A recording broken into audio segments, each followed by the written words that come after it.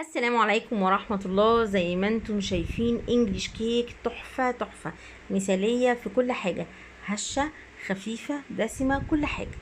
انا معايا هنا 6 بيضات، 400 جرام زبدة، 400 جرام دقيق، 400 جرام سكر بودرة، 3 معالق كبار فاكهة مجففة، معلقة كبيرة بيكنج باودر، معلقتين كبار محسن كيك، ومعلقتين كبار مية، وشوية فانيليا.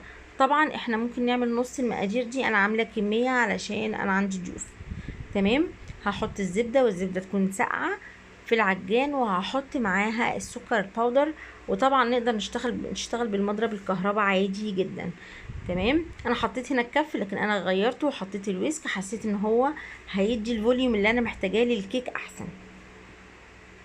هسيبها مش اقل من 5 دقايق لحد ما القوام بتاعها يختلف وتبقى هشة جدا وخفيفة وفاتحة جدا، عشان اتأكد ان السكر داب كويس، وما اقدرش استغنى عن السكر الباودر بسكر عادي. خلاص بصوا انا وصلت للقوام اللي انا محتاجاه، حطيت البيض وحطيت الفانيليا وحطيت المحسن.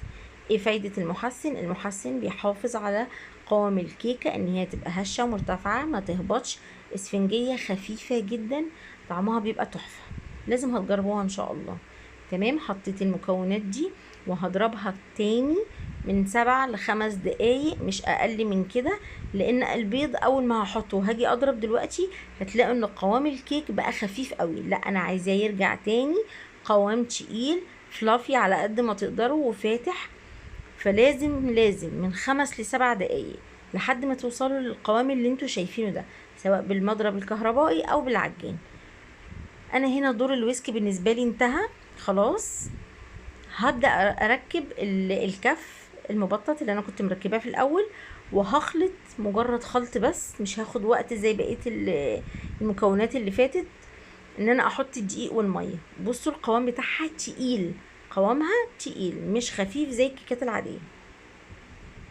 هبدا هنا بقى اخد معلقه من الدقيق كبيره زي ما انتوا شايفين، اغلف بيها الفاكهه المجففه، وممكن زبيب، ممكن شوكليت شيبس، ممكن اي حاجه، وممكن من غير خالص.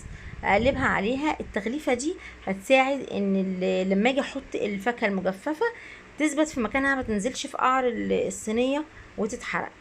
حطيت بقى البيكنج باودر على الدقيق وهضربهم، مش هضربهم، هخلطهم خلطه خفيفه جدا وخلاص. واخر حاجه بضيفها قبل الفاكهه المجففه الميه. حطيت المعلقه الكبيره ميه من الحنفيه عادي جدا، وخلاص قلبت تقليبه كمان كده، الموضوع خلص خلاص.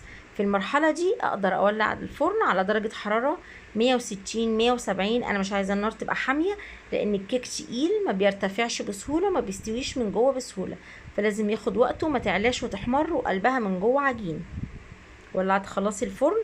هنا بقى هبدا احط الفاكهه المجففه جوه الخليط واقلب. زي ما قلت لكم الدقيق اللي انا غلفت بيه الفاكهه ده بيخليها زي الصمغ، بتقفش او بتمسك في الطبقه اللي انا حطيتها فيها، ما تنزلش في قاع الصينيه. قلبتها تقلبتين بس، وبعدين هجيب الصينيه بتاعت الانجليش كيك بتتغطى من جوه، بتتغلف بزبده. ده الشكل المتعارف عليه للانجليش كيك، للقالب، لكن اقدر احطها في اي حاجه، حتى ممكن اعملها كب كيكس صغيره للولاد. تمام. حطيتها في صينيه، قوام تقيل زي ما انتوا شايفين، لكن خرافي، اسفنجي كريمي، كل حاجه فيه مظبوطه. بسوي الصينيه لان القوام تقيل، فهو وش الصينيه مش هيتساوى غير لما انا اسويه بالسباتشولا كده زي ما انتوا شايفين. والصينيه لحد نصها بس، لان هي بتعلى قوي في الفرن، فانا مش عايزاها تفور وتتكب جوه الفرن تبهدل الدنيا. تمام. خلاص كده انا تمام. دخلتها الفرن، قعدت ساعة الا ربع، وطلعت بالمنظر اللي انتوا شايفينه ده. مش هاجي جنبها ولا اقطعها ابدا غير لما تبرد تماما تماما تماما. اقطعها ترنشات تخينة شوية زي التوست، مش بتقطع رفيع عشان ما تتفرفتش. كيكة دسمة وخطيرة وتشرفنا قدام الضيوف. زي ما انتوا شايفين حلوة ازاي من جوه، والمسام بتاعتها تحفة جدا. تقدري تخزنيها في الفريزر، طبعا تقدري تحطي كل شريحة او 2 في كيس بلاستيك في الفريزر، وتطلعيها وقت ما انت عايزة، هترجع زي ما يكون طازة بالظبط. لو عجبكم الفيديو ادعموني بلايك. وانا رندا ودي قناتي، ومتشكرة ليكم جدا والف هنا.